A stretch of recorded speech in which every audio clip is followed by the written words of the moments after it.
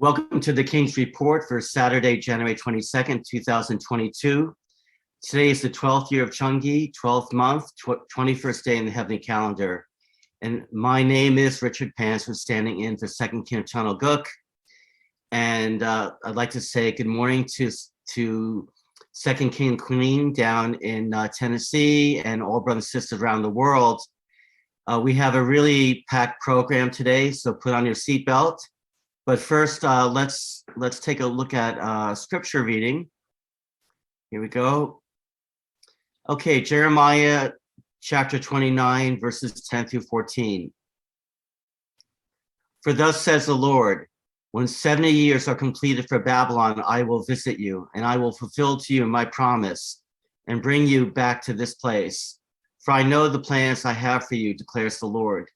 Plans for welfare and not for evil, to give you a future and a hope. Then you will call upon me and come and pray to me, and I will hear you. You will seek me and find me when you seek me with all your heart. I will be found by you, declares the Lord, and I will restore your fortunes and gather you from all the nations and all the places where I have driven you, declares the Lord. And I will bring you back to the place from which I sent you into exile. And I think this scripture is very relevant to our current situation.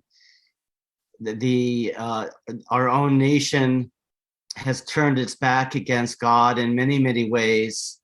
Many of our policies, which we'll be talking about today, have been in direct contradiction to, the Ten Commandments and what God is asking us to do in our lives. And I'm talking about national policy, Supreme Court decisions, federal laws, state laws. And given the fact that America is the leading nation in the world that has in the past stood for freedom and for constitutional republic, that affects the whole world. And I'm just hoping and praying that America can wake up and resist the Great Reset that actually is being foisted upon the world. And we'll be talking about that in a few minutes. Okay, I'd like to share from True Father's words. Jesus gave up everything, did he not, in his lifetime? He gave up his happiness. He gave up his earthly powers. He gave up everything which the worldly people would take for happiness. For the sake of mankind, he even sacrificed himself on the cross. Even on the cross, he could bless the men of sin instead of having resentment towards them. You must be in his position to be willing to sacrifice yourself for the sake of your brother who's struggling in sin. Then the prospect is bright that mankind can be saved through you. In that case, God could not separate himself from you, but would have to help you. And I think that we can see here that, Father is really trying to bring us into the mind and heart of Christ. So we're not just in a position to worship Christ or to honor him, which of course we should do, but to take on the heart and mind of Jesus, and to actually take on the mind and heart of God. As Father revealed, God looks at his sons and daughters living in hellish, horrible situations all over the world, and also in the spirit world. And as a parent, if your children are suffering, can you be happy? Not so much, right? So think, as Father taught us, think about how much more for God to see his children suffering in hell. What a horrible situation that is. And then Father's inviting us to liberate God, to take on the heart and mission of God and Christ to liberate the world. And that is what we're called to do. And it's not easy, but as we all know, but at least we should have that heart and mindset to be in the same wavelength with Heavenly Father. Okay, I could say more, but I think you get the point. So I'm going to stop right there. And now I'd like to share a video about the Great Reset. I found a really good video from The Hill, which is talking about this issue. So let's watch. I have read. This is the most important, or that I've written. This is the most important topic of my career, and I think this is the most important topic in the world today. The Great Reset is not a conspiracy theory. It is something that the Davos people have put together along with the World Economic Forum. Okay, well, maybe that all sounds a little bit loony, and believe me, I do think Glenn Beck tends to be a loon, but maybe this isn't such a crazy conspiracy theory after all. And after seeing everything we've seen with the governments enacting all sorts of authoritarian controls and many other conspiracy theories coming true, maybe there's something to be concerned about. So what is the Great Reset? The name even sounds conspiratorial, but believe it or not, it's a real thing. The Great Reset started off as the name of a meeting held by the World Economic Forum in the summer of 2020. The World Economic Forum began in the 70s. It's basically a club made up of world leaders, corporations, and other wealthy elites. Every year, they get together in Davos, Switzerland, and pontificate about how to best manage the world and solve problems. This year, the meeting starts today. However, due to the pandemic, like last year, the winter in-person Davos meeting has been postponed to summer, and instead they'll be hosting the meetings this week online. And the conference kicks off today with a special opening speech by China's Xi Jinping. But basically, think of it as a bunch of hoity-toities getting together in a bougie ski resort town to make connections, rub elbows, collaborate. Sometimes world leaders make some peace and prevent war, which is a good thing. Sometimes people will fundraise money for causes, which is also a good thing. But mostly it's a way for elites and world leaders to get together and scheme up new ways to march us towards a more globalized world. Ideas like NAFTA were born in Davos at their annual meeting. Now, the Great Reset is the name of one of those meetings, and it's since turned into an entire agenda with its own microsite attached to the main World Economic Forum website. And the founder of the World Economic Forum has even written a book titled The Great Reset. So it's very real. Now, the idea is the COVID pandemic has been so disruptive, it's exposed social, political, and economic weaknesses in the Western world. They claim COVID exposed breakdowns in a variety of sectors, from healthcare to education to finance to energy. They claim Western capitalism is the root cause of these issues, and a serious overhaul, a reset of the system is needed. Never mind the fact that most of the disruption was actually caused by governments shutting down businesses, societies, and schools, and now going a step further and telling people they must be vaccinated numerous times over in order to participate in the economy and society. Governments, no matter what their intentions have been, whether you think it's good or bad, they are the reason for the disruptions. But the Great Reset says either way, it's an opportunity to rebuild society in a way the global elites see best fit. And one thing that really stands out is that they're very vague about what this reset means or even looks like. They just insist it will be good for us. And because the reset blatantly blames Western capitalism, we see a lot of right-wing outlets such as Fox News and Breitbart going after the Great Reset, claiming it's ushering in socialism or communism.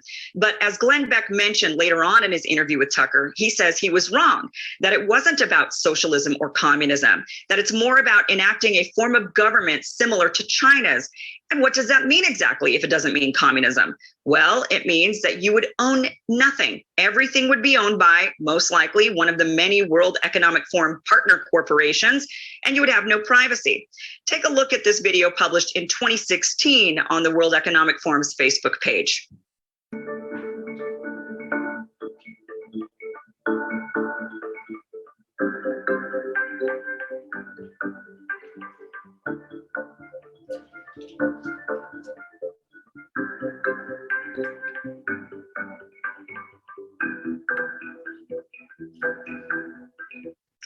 that you'll own nothing and you will be happy. That's what they're saying.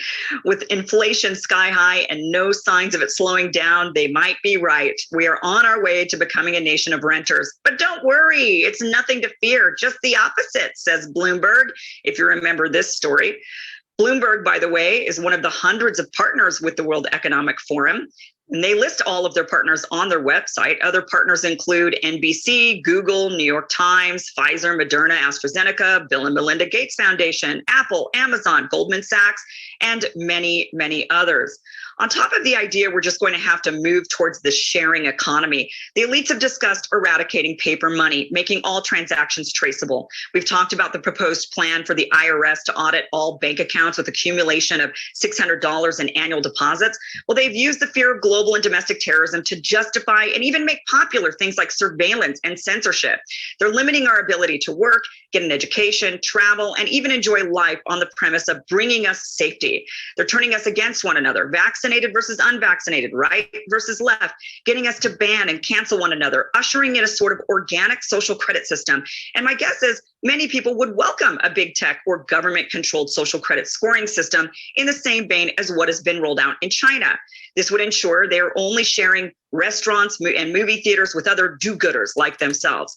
But don't worry, everything is being done under the premise that this is all good for our own. This is all being done for our own good, the benefit of a collective society, and we will be happy. So what's really interesting about this Great Reset is the book that Klaus Schwab wrote. He's the founder of the World Economic Forum. He really goes into, if you read the book, it's pretty dystopian. And there's some really good ideas. People read it and they say, well, I agree with this. I agree that we need an overhaul to our healthcare system. I agree that we need an overhaul, we need to really focus on global warming. But the solution that him and these other elites have come up with is a very globalized economy, a globalized world, and one that lacks privacy, that lacks ownership, one that lacks many of the things that many of us find, many of us hold dear. They're saying, no, we got to get rid of that if we want to reset. And what's even more, I think, misleading about the Great Reset and the solution is they say, they blame it on capitalism. They say, well, it's Western capitalism that's the problem. But their solution is sort of more capitalism. They call it stakeholder capitalism. But it's just basically corporations will own everything. And they're saying there's got to be a merging between private and public sectors, and that the corporations will own everything and run most things. And then we're just going to have to, be beholden to them, to the banks and these corporations. And so it's really vague what this reset is, but this is why it's so alarming. And then when they run commercials like what they've run and they say all of these things, you can understand why people then look at this and say, what the heck is this? And then, it. Okay, I think you get the point, and I'm sure we're all looking forward to Bank of America and Blackstone and Facebook and Apple, Amazon, and Bloomberg, renting out, letting us rent out our homes and sending us things to rent by drone. I'm sure that'd be a really horrible world that we don't want to live in.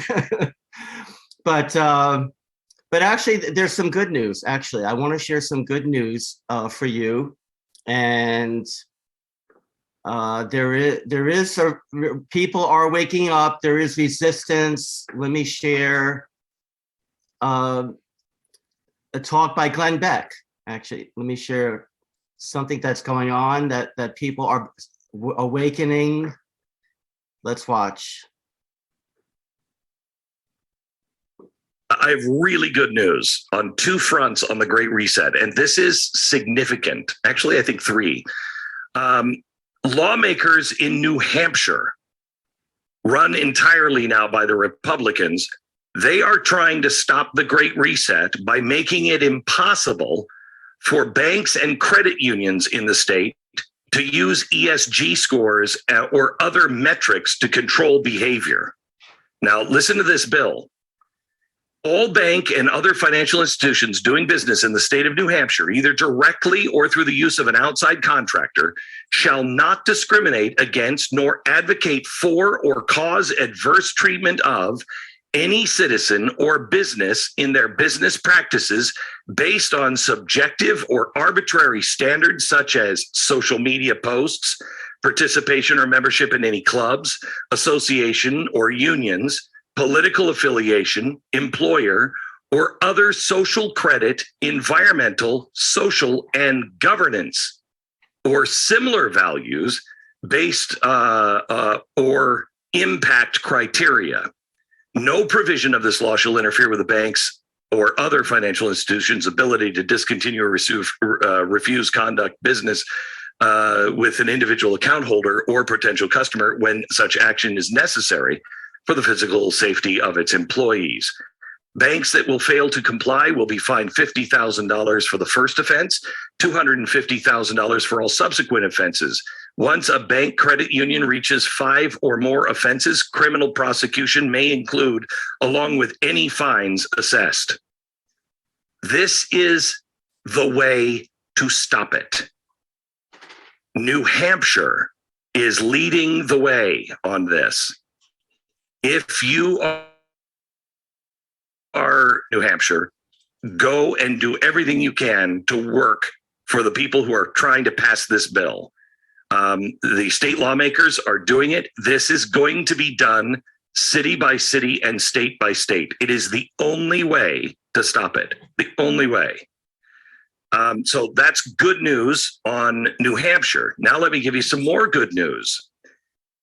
Yesterday, it came out that the state of West Virginia's treasurer has taken a stance against BlackRock. Listen to the press release here. BlackRock has urged companies to embrace net zero investment strategies that would harm the coal, oil, and natural gas industries while increasing investments in Chinese companies that subvert national interest and damage West Virginia's manufacturing base and job market. Last month, educational nonprofit Consumers Research sent a letter to 10 different governors, including the governor of West Virginia, whose state pension funds are most invested with BlackRock. They warned about the money management firm's heavy investments in China. The memo continues, BlackRock's funneling of billions of U.S. capital into China carries with it risks not present in other markets, risks that threaten the large wagers the company is putting on steep returns from the Middle Kingdom. Chinese firms are not held to the same transparency standards as their Western counterparts, so foreign investors are often hard-pressed to appreciate the true risk profile of what they're investing in.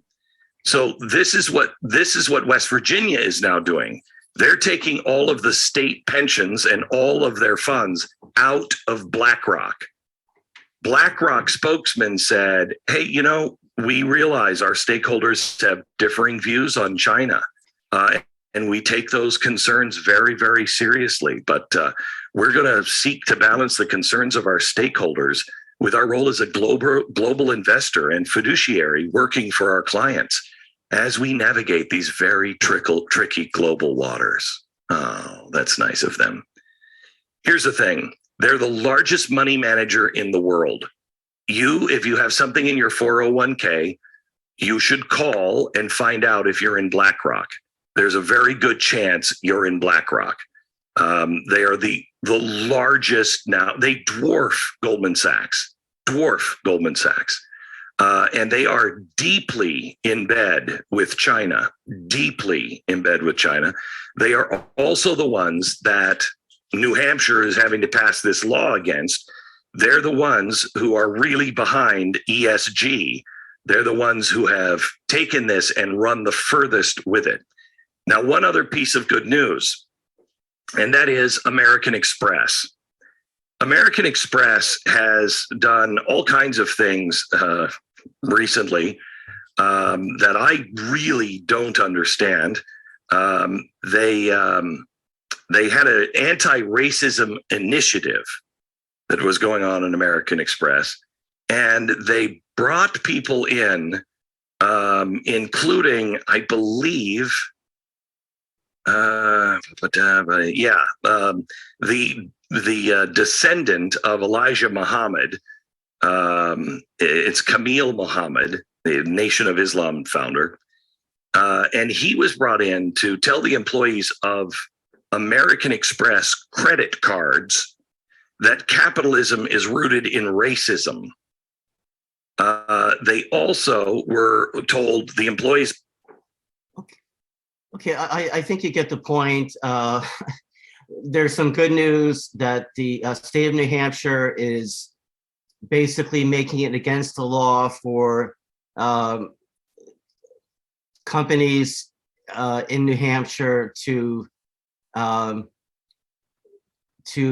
discriminate against account holders based on non-financial issues and because of ideology, and to, basically judge companies or individuals that have accounts based on, diversity, inclusivity, and equity, which is DIE, die. Okay, it's one way to remember it.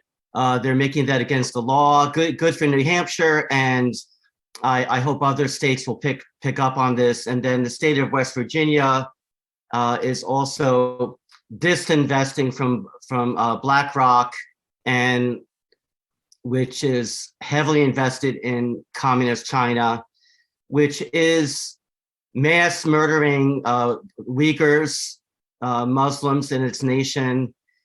They are organ harvesting Falun Gong and Christians, doing horrible things, and we should not be.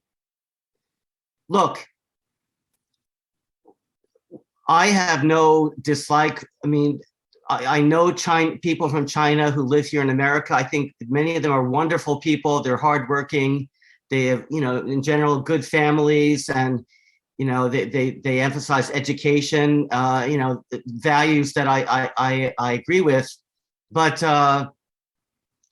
communist China is persecuting Chinese and subpopulations, and it's a force for, not for freedom. They're basically a force against freedom. And I hope and pray that the Chinese people can be liberated. Let me see. I think the Chinese Revolution, I believe it was in the in the 1940s, the communists took over China. So it's gone beyond 70 years. And I'm hoping and praying that the exile of the Chinese from their natural representative, they can have hopefully a representative government. Instead, they had a mass murdering totalitarian government for more than 70 years. And I pray that the Chinese people can be liberated, but we should not be investing in a nation like that. And anyway, at least they should get the message that we do not approve of that.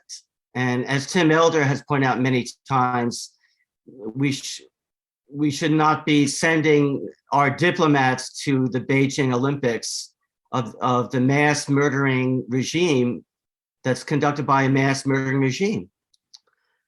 Okay, but anyway, good for New Hampshire, good for West Virginia. I hope other states can wake up. And American Express, if you keep on promoting racists who are promoting racism.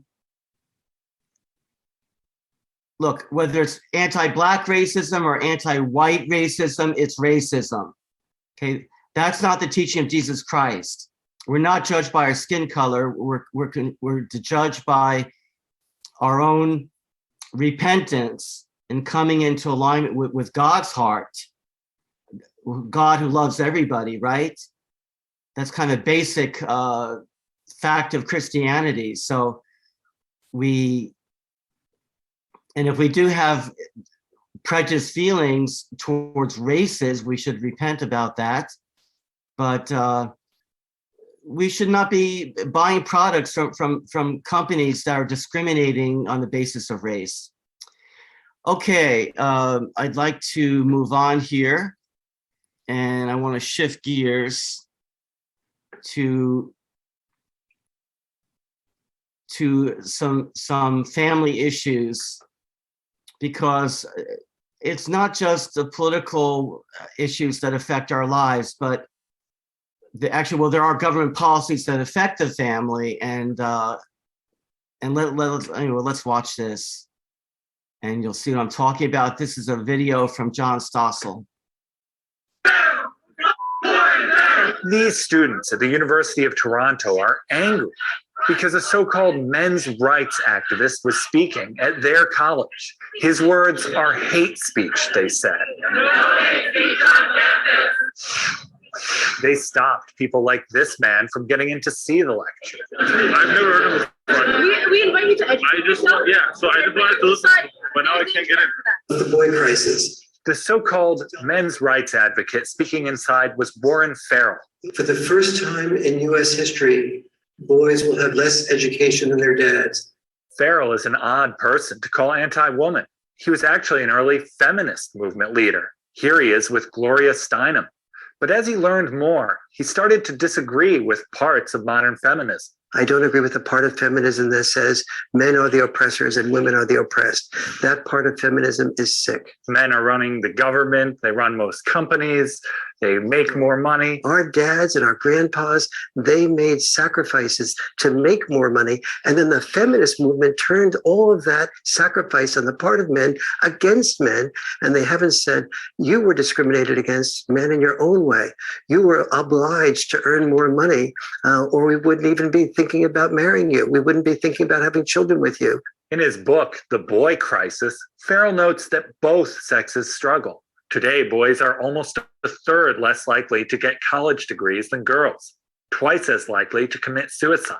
Why is no one talking about this? Because we have believed for the last 50 years that men had all the privilege and men had all the power. Men and boys started falling behind when government began subsidizing single mothers. They tear the family apart by giving the money to mothers when fathers are absent and not giving money to mothers when fathers are present. That policy, part of the welfare system created in the 60s, helped lead to more households without fathers. Farrell says that hurts boys most. Why are boys more affected than girls? Boys tend to not have as many skills at developing friendships and developing emotional connections. And so when their family connection breaks apart, it affects them more profoundly than it does their sisters. This 1989 CBS interview captured the changing attitudes after welfare programs started. I think I can make it as a single parent. But don't you think you might need help in raising that baby from a man? Not really. It doesn't make any difference whether she needs a man. It makes a difference that her children need a father. What happens when the kids don't have fathers? Children do worse in 70 different areas. They're far more likely to be disobedient, delinquent, drop out of school. Fathers are critical, says Farrell, because men tend to parent differently. For example, men roughhouse more with kids. Why is that important? Roughhousing creates so many skill sets. The father's creating a bond with the child. So the children don't mind the discipline because the discipline is the price they pay for more fun with dad. People think that mothers tend to be better parents because on average, they're more attentive to children's needs. Mothers are more empathetic as a rule to the children than dads, but an empathetic parent does not create an empathetic child. An empathetic parent is someone who's always thinking of the children's needs, which teach the children to always have his or her needs thought of. The empathy is created by the father or the mother requiring the child to think about the father's needs, the mother's needs, their brother's needs. In fact, he says helping children too much is harmful. Dr. Phil covered that in this video clip. Bobby, Mom is rewriting your essay. Why? What is wrong with my essay? Listen, this is the first paragraph. You wrote, have no time to eat. You need to start with... I'm in middle school. I'm not in high school yet. You want me to try. Let me try. Don't do it for me, Mom. I really want to do it myself. Moms are filled with love and they want to make sure their children do well. So they often do for the children. Dads are filled with love, but the way that dads love is to feel that I need to love the children by having the children learn how to do for themselves. Having both an involved mother and father leads to the best outcome for kids. A government summary of studies notes children who live with their fathers are more likely to have good physical and emotional health, to achieve academically, to avoid drugs, violence, and delinquent behavior. We need men to be involved in the fathering role to a much greater degree than they are and have been. Even when we control for the amount of money a father and mother earn, children with dads still do much better. Ready? Jump, jump, woo! Jump, woo! Okay, so I think you get the point here. I think John Stossel, as usual, does great work, but it is a fact that the laws, the policies of our nation disincentivize fathers being present in the home, especially among lower income populations. If they want to get any government help or leave from receiving help, they are penalized if the man, if the woman is married to the father, and that makes no sense. And you would think that that'd be one of the first things that our legislators would want to get rid of or change. But okay, I'd like to share now a story about a man who was a very involved father, and something happened that shouldn't have. Let me share this. And this is from the Institute for Family Studies. 5 questions with Family Studies, Greg Ellis on America's Broken Family Law System by Beverly Willett. Okay, let's read together. Let me make this a little bit bigger. Hold on. Yeah, I mean, it's a little bit tiny. Okay, here we go. Those sued in divorce court are often called respondents. When British actor, producer, and author Greg Ellis got married over 25 years ago, he had no idea that one day he'd be cast in the role himself without a script. In his memoir's opening scene, the respondent exposing the cartel of family law, Ellis is lying on his back, semi-conscious, naked, and caked with blood, attacked by a fellow inmate in the psychiatric hospital where he's been incarcerated. 8 hours before, he'd been singing to his 2 sons when the doorbell rang and the police shackled and led him away based on an anonymous tip that he planned to harm his children. Overnight, he became homeless. Friends and Hollywood colleagues abandoned him.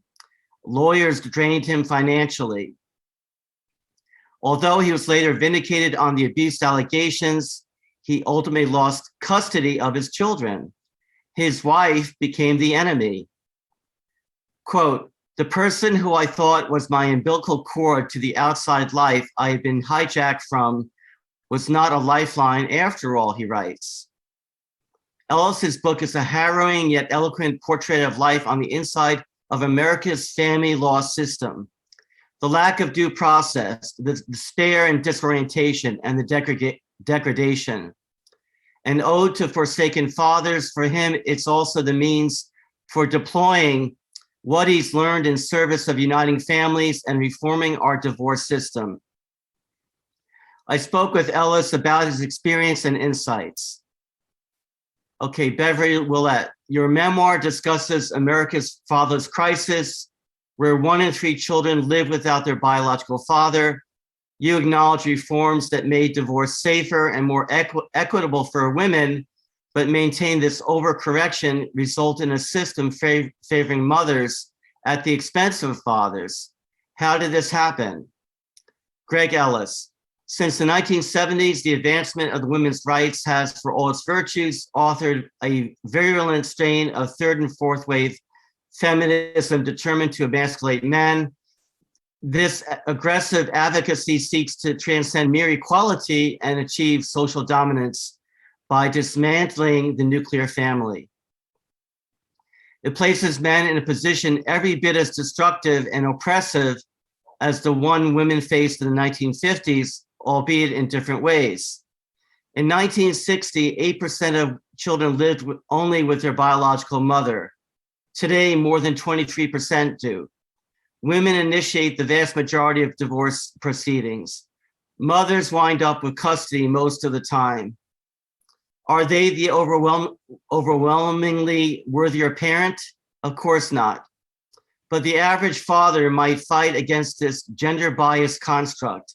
Most lose before they ever walk into a courtroom and walk out mere visitors in their children's lives. Willette, let's talk about suicide and the shocking statistics about divorced men. You point out that our cultural conversations about men are often focused on the patriarchy and toxic masculinity. Stories of men caught up in the family law system who take their lives isn't something we often hear. Why must we broaden our conversations, and how can we avoid sparking another gender war? Ellis, nothing tells the story of what fathers face more starkly than suicide statistics. Fathers ensnared in the divorce system kill themselves 8 times more than women. This means that for every child of divorce who loses their mother to suicide, 8 lose a father. The traditional male role is to project strength and to hide vulnerability. Men fall victim to the canard that we should avoid discussing the emotional shrapnel that comes after traumatic events. So society's admiration of this kind of stoicism has waned rapidly, now more often seen as toxic, leaving adult males confused and adrift. Anyway, he goes into the reasons why men commit suicide after the woman divorces them. They lose custody of their children.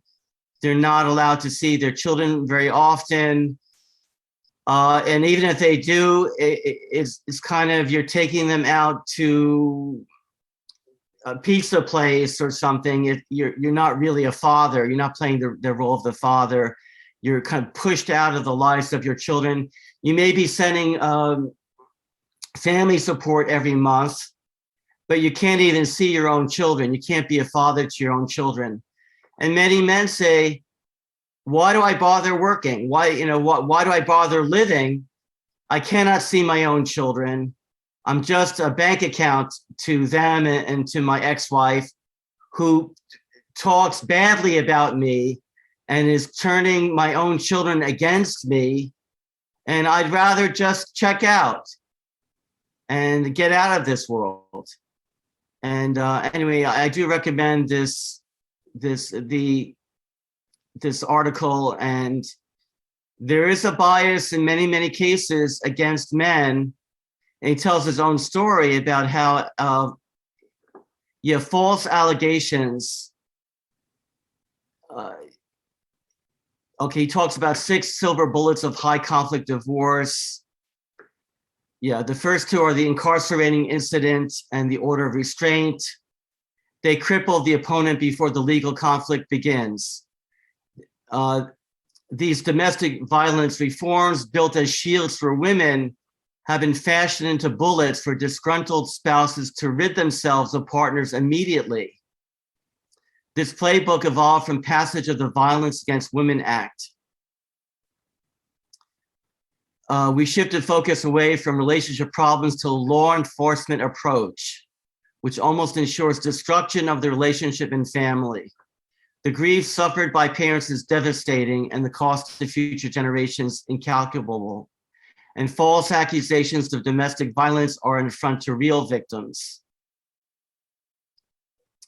than his own story here. In the span of 24 hours, I was ushered from my home in handcuffs, incarcerated against my will, the first of 5, subjected to a temporary restraining order, became homeless and almost destitute, watched helplessly as my professional reputation was irretrievably destroyed, and my sons lost their father. Okay, and you can read his book. Yeah, and so he talks about, I guess, an organization that he's part of called Children and Parents United. And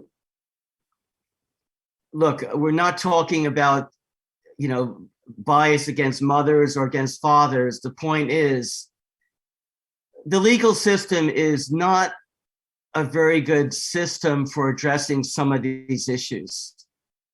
I mean, you would want to have a system where there is a way for reconciliation, ideally, right?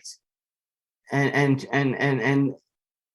if someone could just make an allegation and the person is assumed to be a perpetrator without, due process, there's a problem.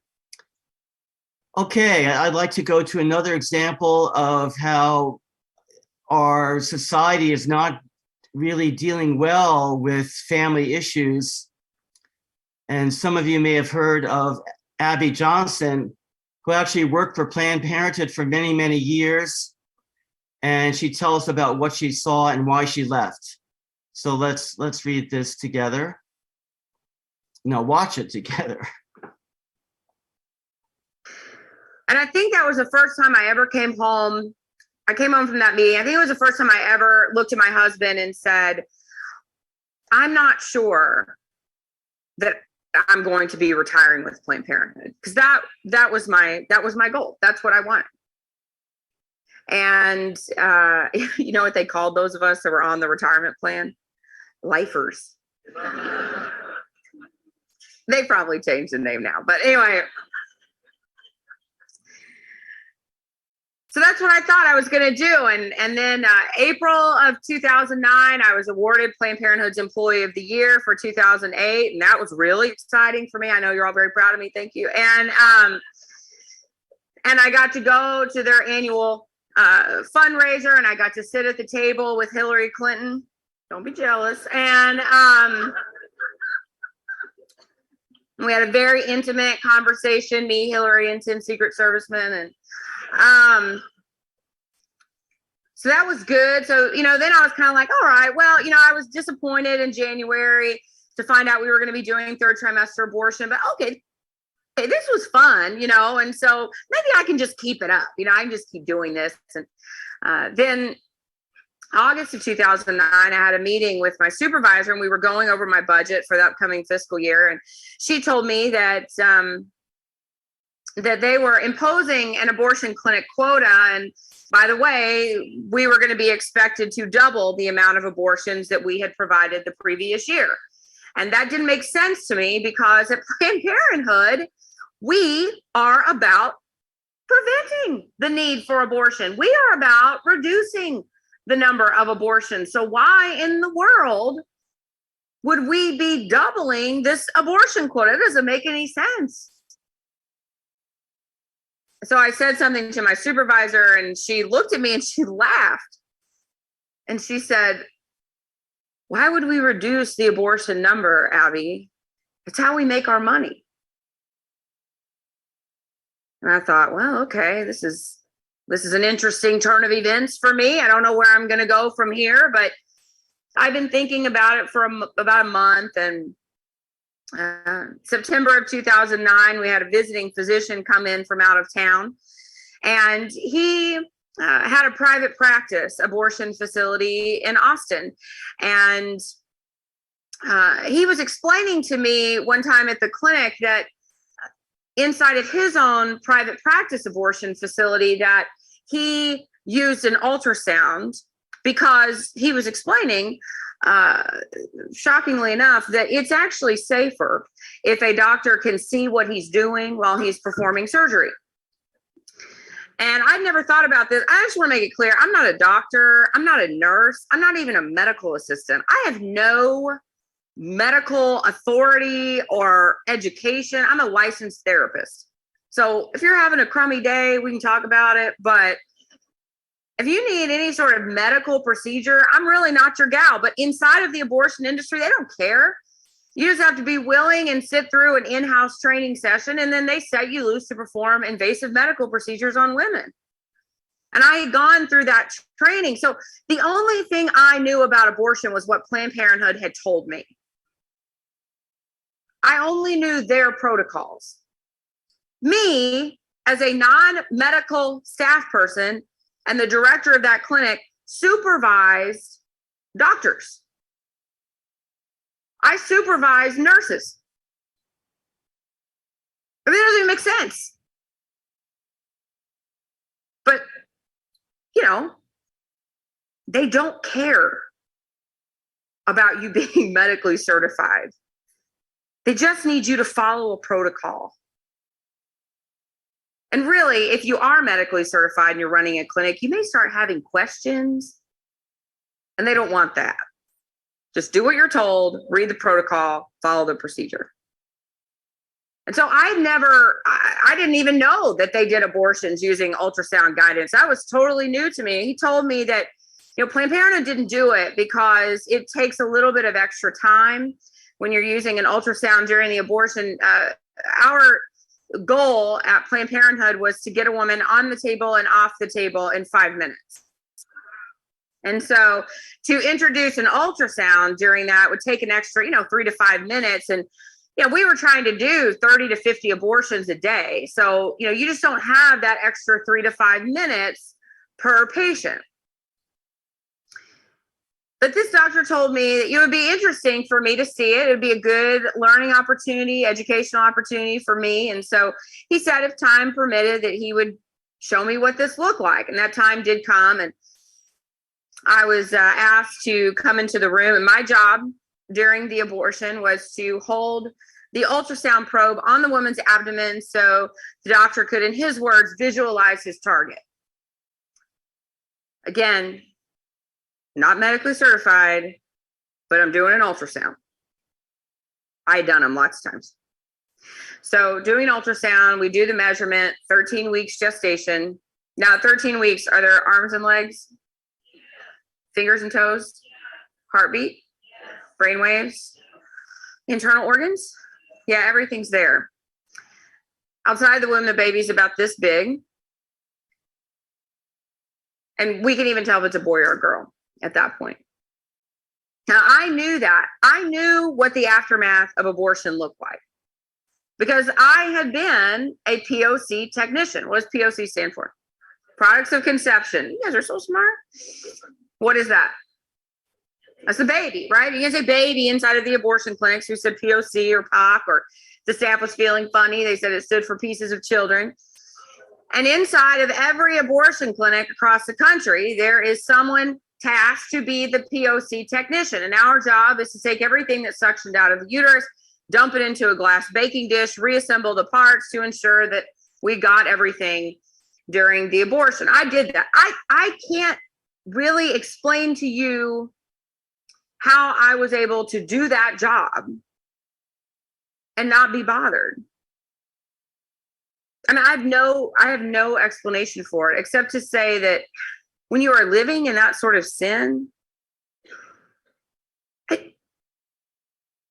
when you are experiencing that sort of evil, see, the evil of abortion, it's actually very tangible. See, I could see that evil when I piece those parts back together, right? I could feel it when I would manipulate the parts of those babies. Abortion has a very distinct smell. I could smell it. And when evil that real infiltrates your heart and your head, the only thing I can say is that it can literally blind you to the truth that's right in front of you.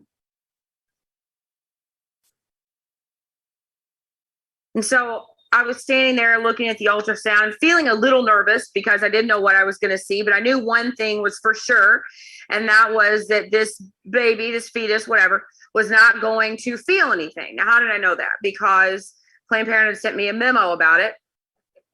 And the memo was entitled Answers to Tough Questions. The most frequently asked question I got from women seeking an abortion was, will my baby feel this? And Planned Parenthood knew that we had to have a very clever answer. And our answer was no, the fetus has no sensory development or does not feel anything for 28 weeks. Now, do you believe that? No. Well, I did. I knew better. I knew it was a lie. I mean, I had to believe the lie because the truth was really inconvenient for me. You know why 28 weeks? Because Planned Parenthood doesn't do abortions past 28 weeks. They just picked a number that would be financially smart for them. And so I was standing there, I was reminding myself, I was reciting the scripted answer over and over again in my head. And I watched as the cannula, the suction tube, the suction wasn't turned on yet. I watched it go into the woman's uterus, and I watched it go right up next to the side of this little boy. And as it touched his side, he jumped. And he began flailing his arms and legs as if he was trying to move away from the abortion instrument, but there was nowhere for him to go. And the doctor asked the technician to turn on the suction machine, and he said, "Beam me up, Scotty." And the suction was turned on, and I guess people think that what I saw next was the worst part, and it was bad. What I saw next was bad. I saw pieces of this child being suctioned into the tube one at a time. And you know, on an x-ray, bones are white? You know, like cartilage is white on an x-ray? The very last thing I saw on that ultrasound screen was this little white, perfectly formed backbone. And I saw it twirling around inside the mother's womb, and then it finally went into the tube, and the screen was just black. And I knew that the abortion was complete. Abortion is the only procedure I can think of where its success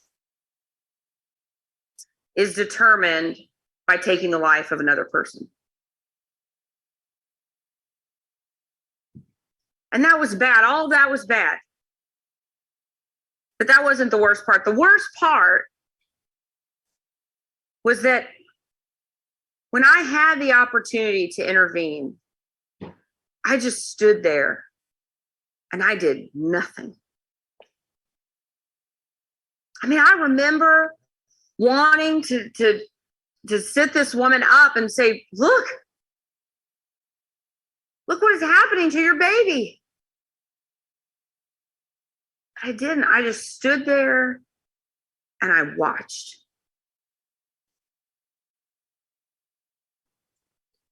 Okay, I think that I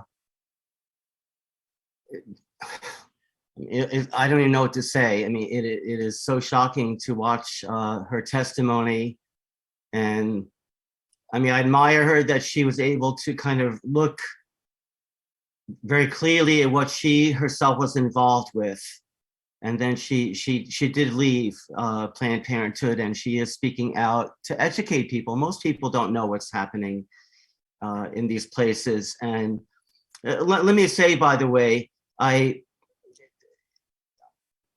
don't think it's fair just to blame the women who choose to have, to have their baby unborn child destroyed, because in many cases, the father of the child is pushing for the abortion, or saying, I'm not going to be. I don't want to marry you. I don't want to support this child. You better get rid of it. Sometimes the man is paying for the abortion. So I don't want to. I mean, there are some cases where women, where the father may want the child, but the mother says, no, I'm just going. I don't want to deal with this, and it just shows the reality of fallen sex, basically, right? The misuse of love is very damaging to society, to families, to children, and even to our morality. You know, think about the guilt that many people have, many women have, and I would argue many men should have too, right? But anytime you're having, basically unmarried sex, basically you're creating the situation where there's a lack of clarity about what happens if a baby, is conceived, and there's no commitment there. There's no profession of love. It's basically more just lust, and the babies are just inconvenient byproducts. Okay, we'll be talking about this more in the future. I want to address these issues in the future as well. So I'd like to finish up today with an incredibly inspiring talk by Jordan Peterson that I think really has a very important message, and I hope you agree.